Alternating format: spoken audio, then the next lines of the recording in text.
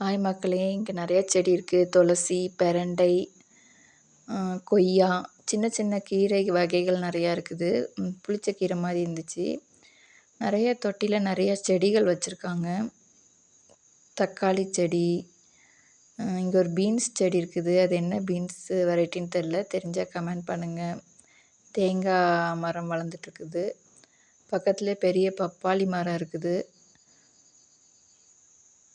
அப்புறம் பாலக்கீரை, அது பக்கத்துலேயே ஒரு இலை வித்தியாசமான ஒரு கீரை இருக்குது. அது என்ன கீரைன்னு தெரில, தெரிஞ்சால் கமெண்ட் பண்ணுங்கள்.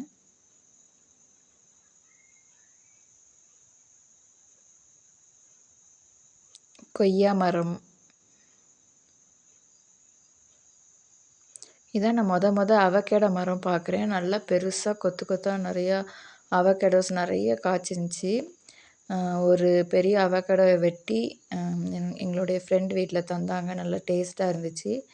ஒரு பழுத்த அவகேடோ கீழே கிடந்துச்சு. அதை நல்லா அணில் சாப்பிட்டு போயிருக்கு.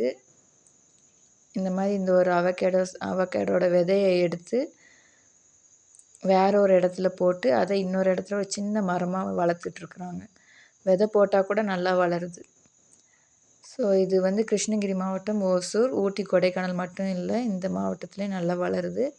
இந்த வீடியோ உங்களுக்கு பிடிச்சிருந்தா லைக் பண்ணுங்கள், கமெண்ட் பண்ணுங்கள், ஷேர் பண்ணுங்கள். தேங்க்யூ மக்களே.